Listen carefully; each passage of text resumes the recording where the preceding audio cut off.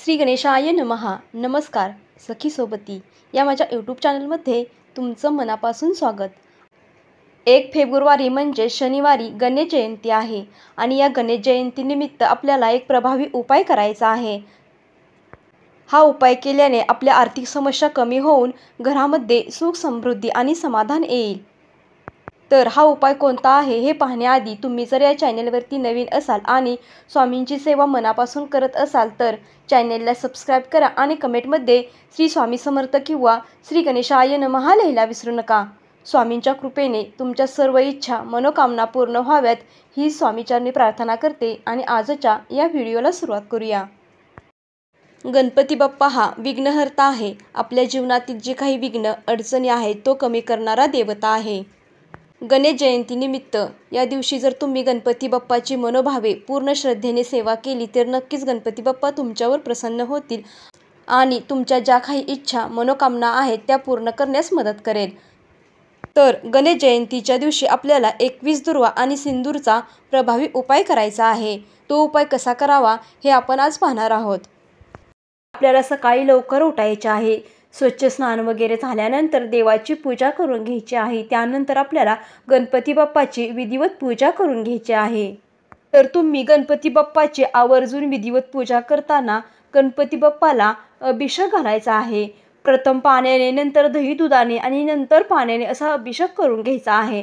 नंतर गणपती बाप्पाला अष्टगंध लावायचे आहेत. त्याचप्रमाणे गणपती बाप्पाला लाल जास्वंदीचे फूल व्हायचे आहे. त्यानंतर दिवा आणि अगरबत्ती लावायची आहे आणि अशा पद्धतीने गणपती बाप्पाची विधिवत पूजा करायची आहे. नैवेद्यामध्ये तुम्ही गणपती बाप्पाला फळे ठेवू शकता किंवा गुळ खोबरे ठेवू शकता किंवा तुम्ही मोदक सुद्धा ठेवू शकता. त्यानंतर आपल्याला गणपती बाप्पाला दुर्वा व्हायचे आहेत, परंतु ह्या दुर्वा आपल्याला वेगळ्या पद्धतीने व्हायच्या आहेत. तर या उपायासाठी आपल्याला 21 दुर्वा घ्यायच्या आहेत आणि थोडासा सिंदूर घ्यायचा आहे. सिंदूर म्हणजे आपल्याला थोडेसे लाल कुंकू घ्यायचे आहे. तर या उपायासाठी आपल्याला थोडेसे तूप लागणार आहे. तर आपल्याला काय करायचे आहे, एका प्लेटमध्ये थोडेसे कुंकू घ्यायचे आहे आणि त्यावरती तूप टाकायचे आहे.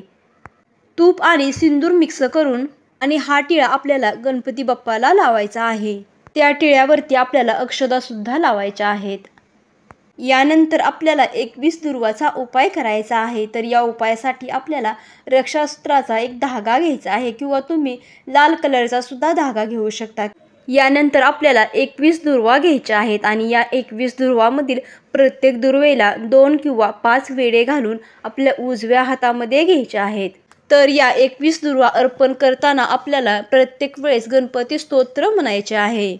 अशा प्रकारे 21 वेळा गणपती स्तोत्र म्हणून या 21 दुर्वा गणपती बाप्पाच्या चरणी अर्पण करायच्या आहेत. हा उपाय तुम्ही सकाळी देवपूजा झाल्यानंतर करू शकता किंवा दिवसभरात तुम्हाला जेव्हा वेळ मिळेल तेव्हा तुम्ही हा उपाय करू शकता.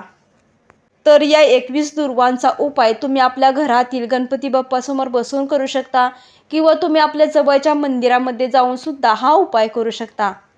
हा उपाय महिला करू शकतात, पुरुष करू शकतात किंवा लहान मुले सुद्धा हा उपाय करू शकतात.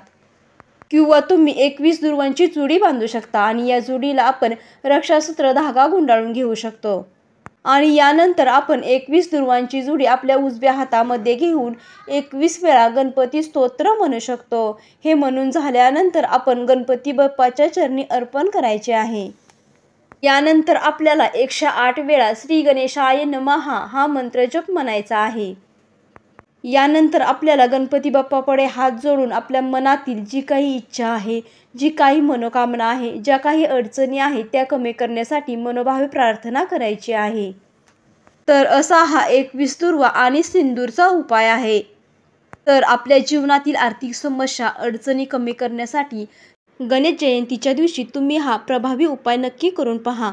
21 दुर्वा आणि सिंदूरचा हा प्रभावी उपाय केल्याने तुमच्या जीवनातील ज्या काही आर्थिक समस्या आहेत त्या कमी होऊन घरामध्ये सुख समृद्धी आणि समाधान नक्की येईल.